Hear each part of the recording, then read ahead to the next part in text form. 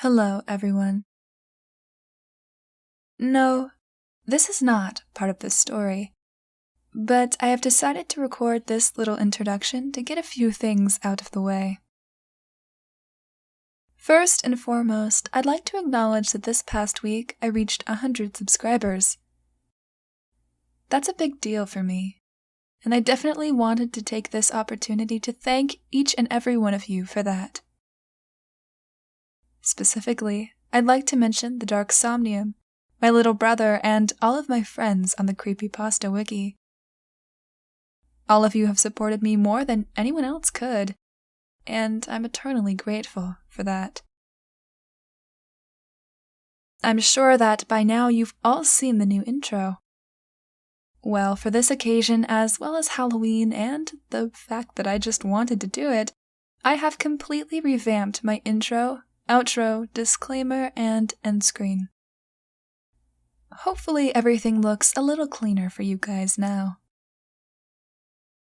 As always, feel free to comment any further feedback, and check out all the features at the end, including where else to follow and contact me. Oh, and before I forget, have a haunting Halloween.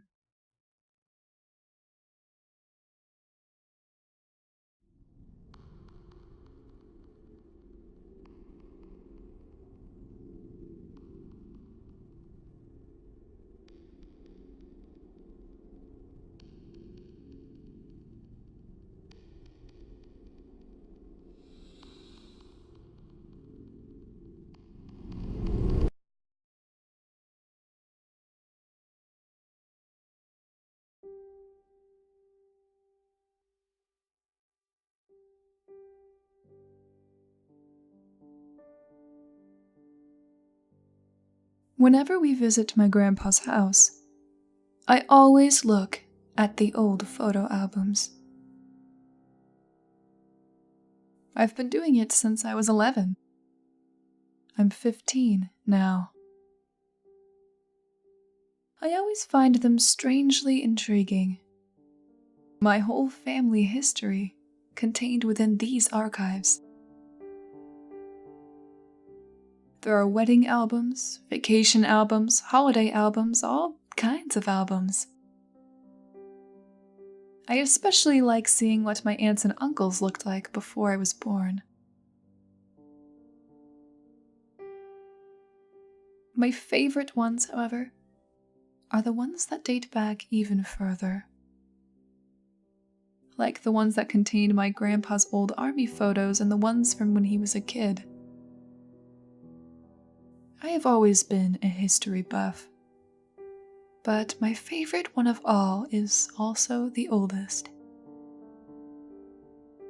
This one has pictures from the 1870s all the way up till the 1890s. Photography for special occasions was obviously a lot more formal back then. In every photo, the subject is dressed in his or her Sunday best. The subject is almost always alone. He or she is always sitting, and generally they look very uncomfortable. One of them, the teenage girl with the missing arm, I think I might be starting to develop a little crush on. Which is kind of screwed up considering she may very well be my great-great-aunt or something. Back in the 19th century, I guess you weren't allowed to smile for photos. They all have this blank look on their face. All the makeup doesn't help either. Makes them look rather pale. Another thing I noticed. As far as I can tell, no subject ever appears twice in the album.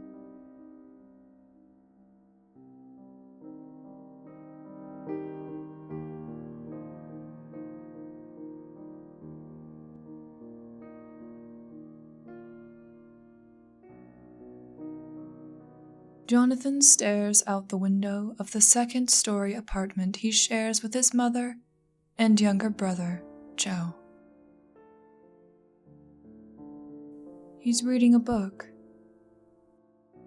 Well, he was before the staring began.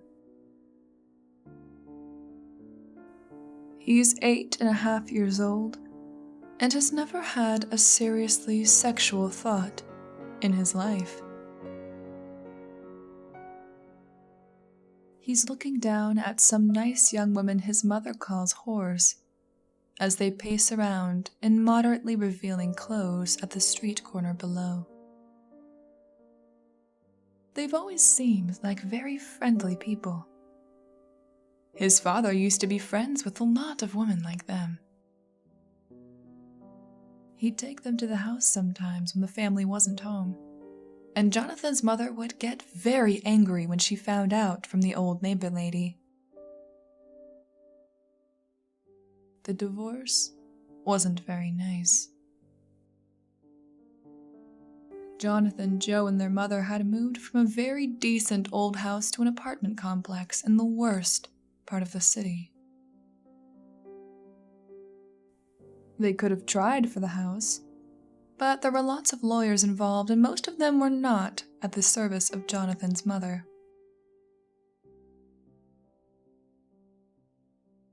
Jonathan likes to pretend he has superpowers. A few months back, he heard one of the women on the corner in a car with a man. They were very loud. It sounded like he was hurting her. Jonathan likes to imagine he can hurt the bad men who come pick up the women. He stares at them as hard as he can and he pictures them in pain. Sometimes, he imagines them breaking like toys. He doesn't like when men hurt women. He knows that's bad. Sometimes, he thinks he really can do things with his mind. His mom tells him that's silly. They're Catholics, and that means they don't believe in magic. Just miracles. But she also calls him her miracle. So maybe he can do miracles, he thinks. Just little ones. He swears he made the cat lose its fur. His mom says that was just allergies. He says he made his favorite action figure float, but no one else was there for that. He does all kinds of little things like that.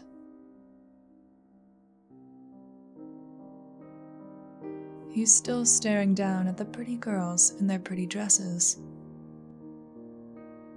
A black car pulls up. A man smoking a cigarette leans his head out and stops the vehicle.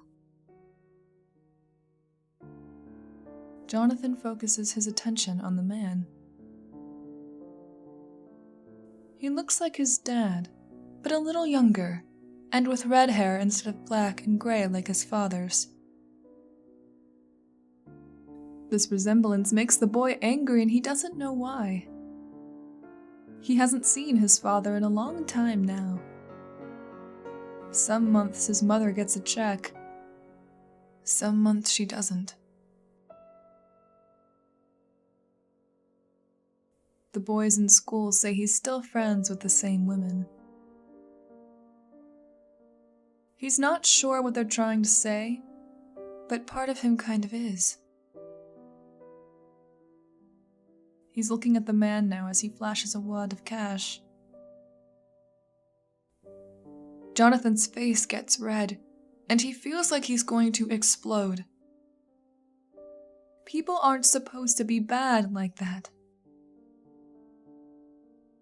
Energy keeps building up inside the boy until it's too much, but it's not Jonathan's head that explodes. The man's blood and brain matter spray all over the interior of his nice car and onto the sidewalk.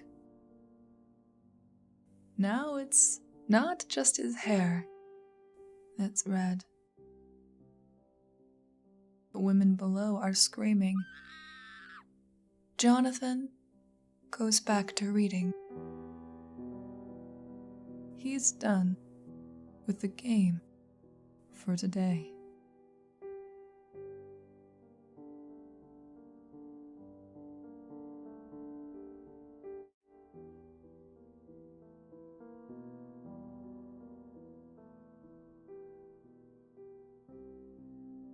I attended a funeral on Saturday.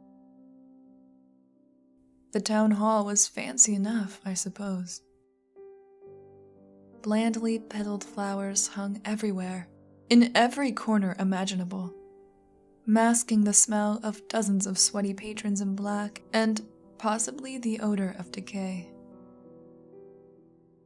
They decorated the largest room, and I figured they'd be a pain for someone to clean up. After all, of all the rooms in that hall, the funeral took place in the one with the most floor space. The casket was carved with intricate patterns and lined with satin. It had been designed for a family with a lot of the green that gets you nice things in their pocket. It, too, was covered in flowers and topped by one blood red rose. The people were mixed. Some were strangers to me, some were close friends, and 2 were my parents. They all greeted me the same. Their eyes were dark with sadness. All wore a disheartening black. There once was a time long ago where people wore white to funerals. Did you know? The service was bleak. Family members told stories of the deceased, tears filling their eyes. One broke down crying and found herself unable to finish.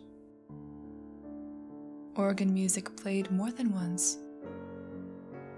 Sniffles and sobs echoed off the walls and ceiling, but none were my own. As it all went on, it became harder and harder for me to keep from laughing. The corpse belonged to a lady with a greedy heart.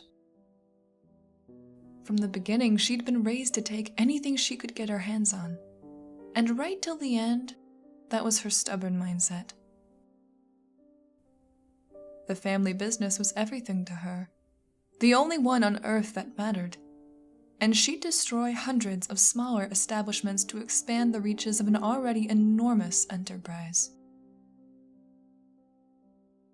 She hated people because they weren't her. She only cared about herself, not anyone who thought they trusted her or thought of her kindly. She was the single most selfish person on the face of this earth. The old woman had died the way she needed to. An outraged, average American Joe had shot her in the back twice with a .22, the day before his hardware store was to be demolished. One bullet managed to pass through her abdominal area in just the right way to bleed her out like a stuck pig. Bad rubbish was taken care of. It was a shame he'd been subjected to painful court sessions and probably lose everything he had. An irony came up of this situation. How could a woman with a heart as cold as ice and twisted as a gnarled old oak possibly end up in such a place? With such a family and amount of people who cared about her. How could they even have the tiniest shred of sympathy for her? Then I thought of the faces of the mourners who had met with me. They were high-class, rich old-timers whose own franchises were fizzling out like an old sparkler on the 4th of July. They were going to lose their businesses soon. They needed more funds. That's when the realization hit, and with it came the laughter I had so desperately tried to keep bottled up. Tears came to my eyes as I roared without paying attention to anyone else. This funeral, this whole event, was happening because every person attending wanted some of the dead's billions. They were playing the biggest game of charades anyone could pull off. This fake wave of tearful commentary was simply for greed, the factor which had led to the death of not just one, but millions. And that is why I laughed. I continued, not stopping. I wanted everyone to know just how I felt. There were screams, shouts of fright which rang in my ears. Footsteps sounded all about as people ran for the exit. A single short man fell to the floor. After he was stepped upon enough times, he didn't stand back up. I guess you figured out why they ran by now. You're not supposed to laugh at your own funeral.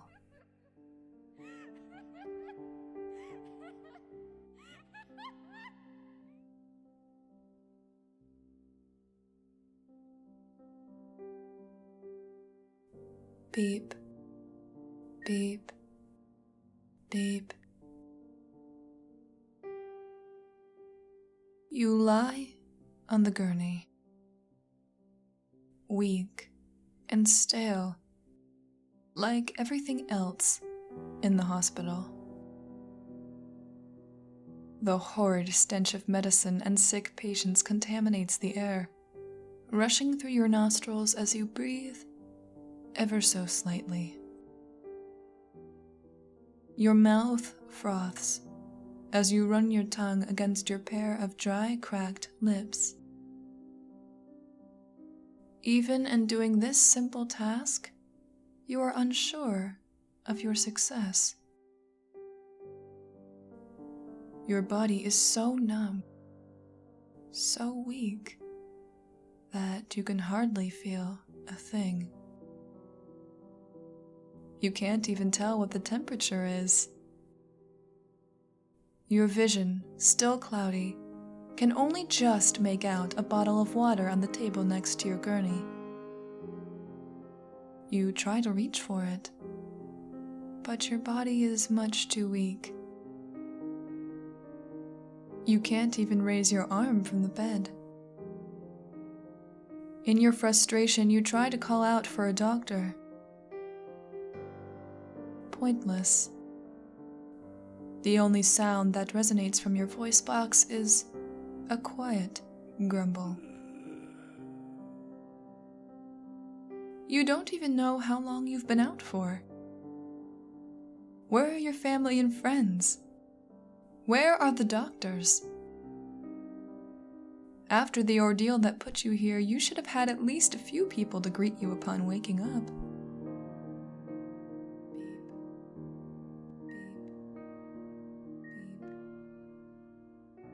You can hear that sound from a room down the hall. Somebody is dead. The sound of that failing heartbeat monitor is something you know all too well. As a matter of fact, it's the last thing you remember before waking up. Beep, beep, beep. You hear it again, but this time it's not from the same room. It is closer. Probably the room next to yours, but you don't know for sure. You can't help but feel a little paranoid at all this. Perhaps even a small sense of dread. Maybe that beeping will be coming from you next. Suddenly, your fears are lulled when you see a doctor approach your gurney. But the longer he stares at you, the more the sense of paranoia and dread start to build up again. As the doctor reaches for your IV, you notice a small item in their hand. A needle. You try to move, but you are just too weak. You try to call out, but you are just too weak. The doctor inserts the needle into your IV and pumps its contents into the tube. It's air. But instead of the bubbles rising to the top of the top, they pummel down, closer and closer to your skin as you try so hard, so desperately to pull yourself free. But you are just too weak. Eventually, the bubbles will enter your veins and pump their way into your heart, killing you instantly. You could spend these last moments wondering why this man killed you. Wonder what his motive was, what his ultimate goal was. Was it a mercy? Was it evil? But that's not important. The only questions you ask yourself are the ones that matter. Could this really be the end? What will happen after you die? What of your family and friends who love you dearly? What about everything you aspired for, everything else you wanted to do before this moment came for you? How about everything you'll never do now that it has finally come? You don't have a lot of time to think before your senses fade away one last time. You feel the bubbles clench inside your heart, and absolutely everything you were and ever would have been fades into nothing.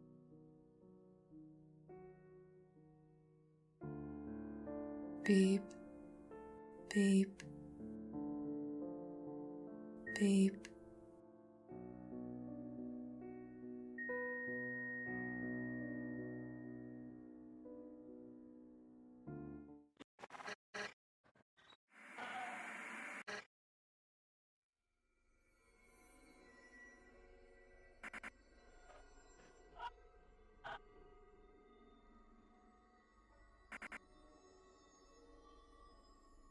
They're everywhere. They're nesting, festering, making themselves at home. They're eating me alive from the inside, but those horrible pounding voices are just my own. The shadows on the walls watch me, and they never leave me alone. They take what's mine. I try to breathe, but they only drag me down while my brain contains my pleas. Petrified to close my eyes because I'm not a normal broken soul. I smile, but I don't. My body aches, my tears swell, my anger breaks, and my heart is still stone cold. I'm just a host to a parasite I can't tame, and to them it's just a joke. Whoever loses the game is broken and maimed, leaving only a ghost, and I lost a long time ago. They're everywhere. They're nesting, festering, and I am now their home. But I really, really don't want to be around when those damn Monsters. Take control.